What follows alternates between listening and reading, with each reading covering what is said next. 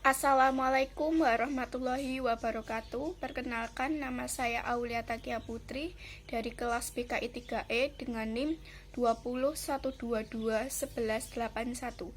Di sini saya akan menyampaikan dua materi. Yang pertama, materi dari kelompok saya yang berjudul Belajar Sholat dengan Bisindo untuk Mahasiswa Tuli. Yang poin A ada kajian budaya tuli dan bahasa isyarat Indonesia. Ada beberapa istilah yang sering digunakan seperti bisu, tunarungu, sulit mendengar, dan tuli. Kurangnya sosialisasi pendidikan difabilitas yang dilakukan pemerintah dan aktivis difabel kepada masyarakat luas, menimbulkan eksistensi komunitas tuli dalam kegiatan sehari-hari. Kurang begitu familiar dalam masyarakat pada umumnya. Bahkan ada yang belum pernah menjumpainya sama sekali dalam hidupnya, sehingga masyarakat umum memberikan stereotip yang buruk kepada orang-orang tuli. Menurut asal gramatikanya, bahasa isyarat dibagi menjadi dua bagian. Yang pertama, sistem isyarat, yaitu sistem isyarat bahasa Indonesia yang disingkat dengan SIBI. Dan yang kedua, bahasa isyarat alami, yaitu bahasa isyarat Indonesia yang disingkat dengan Bisindo. Di sini, Bisindo memiliki struktur bahasa yang unik dari SIBI yang mengadopsi bahasa oral Indonesia. Struktur isyarat Bisindo memiliki dua bagian utama, yaitu abjad, susunan terkecil dari suatu kata yang terdiri dari A sampai Z, dan gramatika, susunan tata bahasa pada setiap elemen hingga membentuk suatu kalimat yang utuh. Bahasa isyarat Indonesia atau disebut dengan Bisindo merupakan bahasa isyarat yang memiliki tata bahasa sendiri seperti bahasa oral lainnya seperti fonologi, morfologi, sintaksis, dan sebagainya. Bahasa isyarat juga mampu mendeskripsikan hal-hal yang kompleks maupun abstrak. Yang poin B ada sholat dan ruksah. Hukum sholat wajib. Perintah sholat wajib secara resmi telah disampaikan kepada Nabi Muhammad SAW pada saat peristiwa Isra Mi'raj. Syekh Ibnu Qasim dalam kitabnya menyatakan bahwa setiap orang wajib menjalankan sholat saat memenuhi 3 kriteria, yaitu membaca syahadat Islam, yang kedua balik atau dewasa, dan yang ketiga berakal, tidak gila maupun bodoh. Yang kedua ruksah, keringanan dan marid atau orang sakit. Allah tidak akan menciptakan suatu hukum di luar batas kemampuan hambanya. Jika ada hukum yang terlalu membebani hambanya, maka akan ada keringanan-keringanan yang mengkhususkan hukum menjadi lebih mudah. Poin C ada visualisasi bacaan sholat menjadi bahasa isyarat untuk tuli. Orang tuli umumnya memiliki kecerdasan visual lebih unggul daripada kecerdasan berbasis audio maupun linguistik.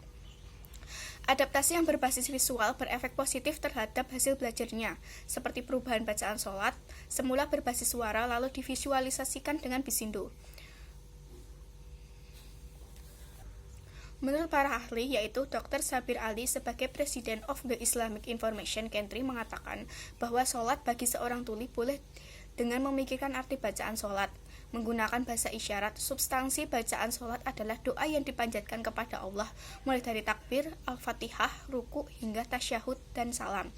Akan sama saja hasil seseorang yang sholat tetapi tidak menggunakan makna bacaannya. Di samping itu juga akan sulit untuk mencapai tingkat kekhusyukan saat sholat. Jadi kemungkinan yang paling logis untuk dilakukan adalah memikirkan arti dalam bahasa isyarat tanpa menggunakan dan memikirkan bacaan dalam bahasa Arab. Yang poin D ada pelaksanaan program khusus bagi keagamaan untuk mahasiswa tuli. Inti dari penelitian tindakan adalah pelaksanaan tindakan itu sendiri. Sebelum tindakan dimulai dengan kegiatan harus melalui perencanaan yang matang, kemudian memperhatikan kajian teori dan observasi lapangan yang telah dilakukan sebelumnya. Untuk mengetahui hasil pembelajaran setiap siklus tindakan diperlukan observasi lapangan saat mengajar. Semua hal mengenai hasil pembelajaran akan direfleksikan untuk mengevaluasi siklus yang sudah dilakukan. Refleksi yang dilakukan berfungsi untuk meningkatkan kualitas siklus tindakan ke depan dari hasil evaluasi siklus sebelumnya. Semua langkah-langkah harus bisa dilakukan hingga mencapai tujuan utama, yaitu subjek bisa mempraktikkan sholat dengan baik dan benar. Setelah subjek mencapai tujuan, tugas peneliti adalah merumuskan dan merefleksi dari semua tindakan untuk mengambil hasil dari kesimpulan dari penelitian tindakan yang sudah dilakukan. Yang poin E ada hasil yang dicapai dalam pembelajaran, ada 7, yaitu yang pertama, semangat yang tinggi dalam mempelajari agama namun tidak ada wadah. Yang kedua, materi pembelajaran yang sesuai mempercepat pemahaman. Yang ketiga, penggunaan bahasa isyarat mempermudah tuli belajar. Yang keempat, materi visual dan praktik lebih mudah dipahami. Yang kelima, program keagamaan mempengaruhi tata cara saat tuli. Yang keenam, mahasiswa tuli sulit dalam menghafal tapi mudah memahami. Dan yang ketujuh, yang terakhir, program keagamaan untuk tuli menjadi program rutin PLD. Dari penjelasan yang saya sampaikan, kesimpulannya adalah hal terpenting dari sebuah pembelajaran adaptif dalam kelas adalah aksesibilitas dan komunikasi. Kondisi kelas atau peserta didik sesulit apapun jika materi media dan strateginya mudah diakses, ditambah terjadinya komunikasi yang positif antara peserta didik dan pendidik, semua akan mudah terselesaikan. Jadi, pembelajaran diatur secara adaptif dalam hal materi, media, dan strategi harus bisa menyesuaikan kebutuhan mahasiswa tuli. Penggunaan bahasa isyarat Indonesia atau disebut dengan Bisindo merupakan bahasa utama dalam pembelajaran serta konversi bacaan sholat berbahasa Arab. Penggunaan bahasa yang dipahami peserta didik akan sangat berpengaruh terhadap hasil pembelajarannya. Dan materi kedua dari kelompok lain yang berjudul Etika Sosial Terhadap Difabel Netra, Analisa Semantik Al-Quran. Membahas tema difabel netra dalam perspektif Al-Quran bukan semata-mata membuat legitimasi teologis untuk mendukung dan menghormati para penyandang disabilitas. Tema difabel netra dalam Al-Quran perlu dikaji untuk menemukan hakikat kemanusiaan dan tujuan hidup manusia dengan keberagaman kondisi fisik. Mengkaji tema ini dengan dua tujuan, yaitu untuk memahami eksistensi difabel netra sebagai bagian masyarakat sosial dan menjawab tuduhan marginalisasi yang dilakukan Al-Quran terhadap kaum difabel netra. Permasalahan yang diteliti dirumuskan dalam dua penyataan utama. Yang pertama, mengapa Al-Quran menggunakan kata al-a'ma dalam konotasi negatif? Yang kedua, apakah makna signifikansi al-a'ma untuk melihat eksistensi difabel netra dalam kehidupan sosial? Adapun teori yang digunakan adalah semantik Al-Quran yang diperkenalkan oleh Toshihiko Izutsu, yaitu melacak basic meaning makna dasar, relational meaning makna rasional, dan semantic field medan semantik. Konsep-konsep ini adalah konsep metodologis utama dari semantik.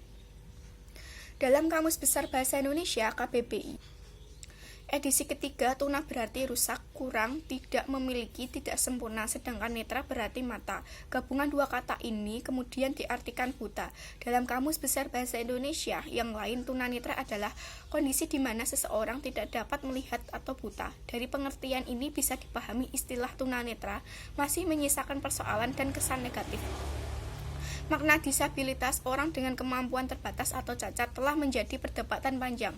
Definisi kecacatan dalam dunia medis telah digugat karena dianggap menjadi penyebab terhadap munculnya perlakuan diskriminasi dan marginalisasi difabel dalam struktur sosial.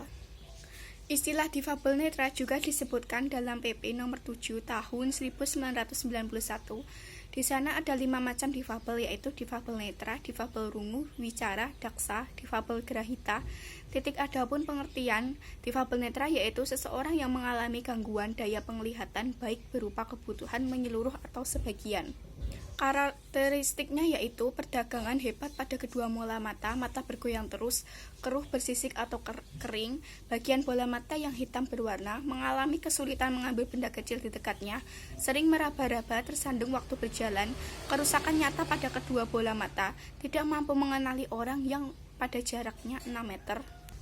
Dan yang terakhir, tidak mampu melihat. Dengan mengikuti alur argumen istilah tunanetra dianggap tidak lagi layak untuk digunakan karena masih memosisikan orang yang mengalami keterbatasan fungsi indera penglihatan sebagai cacat individu. Ada beberapa kata kunci yang membentuk bacaan semantik kata-kata al-a'ma dalam wawasan Al-Quran, yaitu basir, ahmah, dalal, huda, kafaru, amanu, kulub, sum, arats, marit, zulumat, dan nur. Eksistensi difabel netra. Dalam wawasan Al-Quran ada 4. Dalam Al-Quran penggunaan al-a'ma dengan makna metafora lebih banyak dibanding makna hakiki. Yang kedua, kata al-a'ma dalam Al-Quran menunjukkan konotasi negatif yang sering disematkan bagi al-a'ma terbantahkan. Kata al-a'ma sebagai analogi bukan pada makna denotatifnya, tapi pada makna level konotatifnya. Dan yang terakhir, kata al-a'ma dalam wawasan Al-Quran tidak hanya kata biasa, tapi menjadi konsep penting dalam membangun sebuah kritik sosial. Kata alamat dalam Al-Quran memiliki dua makna. Yang pertama, makna konotatif menunjuk pada konotasi negatif. Dan yang kedua, makna denotatif muncul ketika Al-Quran memberi apresiasi terhadap difabel netra.